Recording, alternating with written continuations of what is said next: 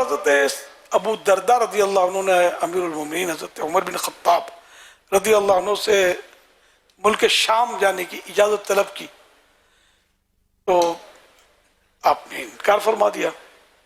پھر اس شرط پر جانے کی اجازت دی کہ وہاں کے گورنر بن کر جائیں، وہاں کے گورنر بن جائیں. مگر حضرت ابو دردہ رضی اللہ عنہ صحابی رسول تھے، انہوں نے گورنر بننا قبول نہ فرمایا.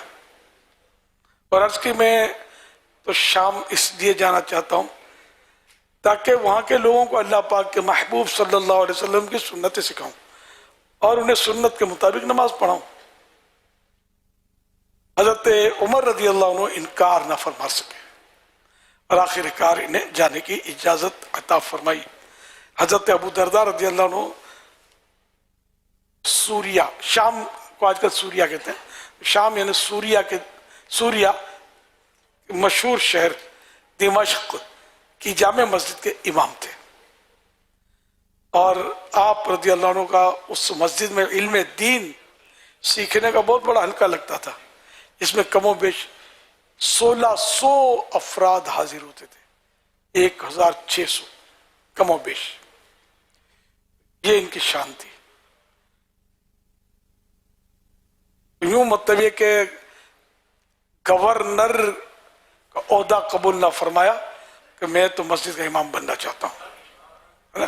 کتنی بڑی بات ہے. تو صحابہ کرام علیہم رضوان کا انتخاب ہی درست ہوتا تھا.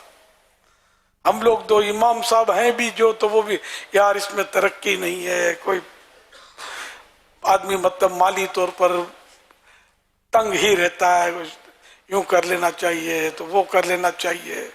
تو یہ ظاہر کے وسوسے کم و بیش سبھی کو آتے ہوں یا بہت سو آتے ہوں گے. تو یہ جھٹک دیں آپ کہ یہ وہ منصب ہے جو ہمارے پیارے پیارے نبی صلی اللہ علیہ وسلم نے امامت فرمائی ہے. اللہ کی رحمت ہے.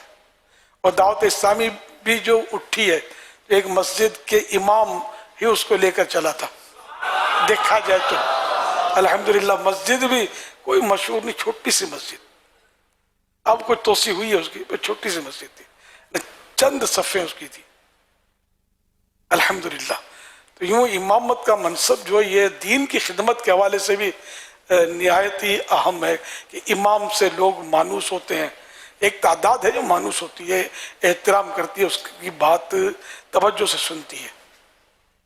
امام کا منصب جو ہے اگر اخلاص کے ساتھ ہو اور اللہ کی رضا کے لیے تو بہترین ہے.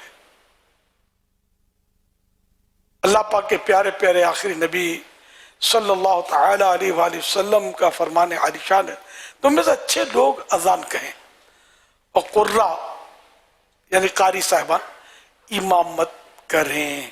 ارشاد امام احمد رضا خان رحمۃ اللہ علیہ، اسلام میں نماز بہت اہم عبادت ہے اور اس کی ادائیگی کے لیے بہت احتیاط درکار. یہاں تک کہ ہمارے علماء کرام نے صراحت فرمائی، یعنی کھل کر یہ بات ارشاد فرمائی کہ اگر نماز چند وجہ سے صحیح ہوتی ہے اور ایک وجہ سے فاسد یعنی ٹوٹ جاتی ہے تو اسے فاسد ہی یعنی ٹوٹا ہوا ہی قرار دیں گے.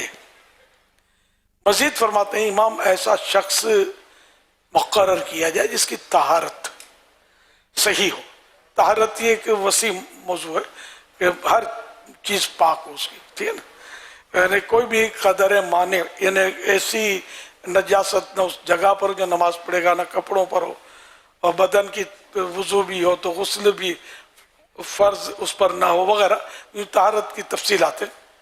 تو طہارت اس کی صحیح ہو، قراءت درست ہو، سنی صحیح العقیدہ ہو، فاسق نہ ہو، اس میں کوئی بات نفرت مقتدیان کی یعنی مقتدیوں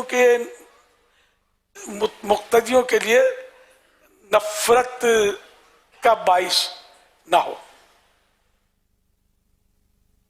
مسائل نماز و طہارت سے آگاہ ہو. یہ چند خوبیاں امام میں ہونی چاہیے. اعلیٰ حضرت رحمۃ اللہ علیہ فرما رہے ہیں اسلام کی بہترین خدمت اور رزق حلال کے حصول کا ایک عمدہ ذریعہ مسجد کی امامت بھی ہے. مگر خبردار، بے پرواہی کے باعث مقتدیوں کی نمازوں کا بوجھ جہنم میں بھی پہنچا سکتا ہے۔ لہذا طہارت و نماز وغیرہ کے ضروری مسائل سے آگاہ ہونا اور ان کے مطابق عمل کرنا یہ بھی ضروری ہے۔ ذہن نصیب کہ دعوت اسلامی عالمی مدنی مرکز فیضان مدینہ محلہ سوداگران پرانی سبزی منڈی کراچی یا جہاں میسر آئے دعوت اسلامی کے ماحول میں کئی جگہ یہ نعمت حاصل ہو سکتی ہے، تو وہاں امامت کورس ضرور کر لیجئے۔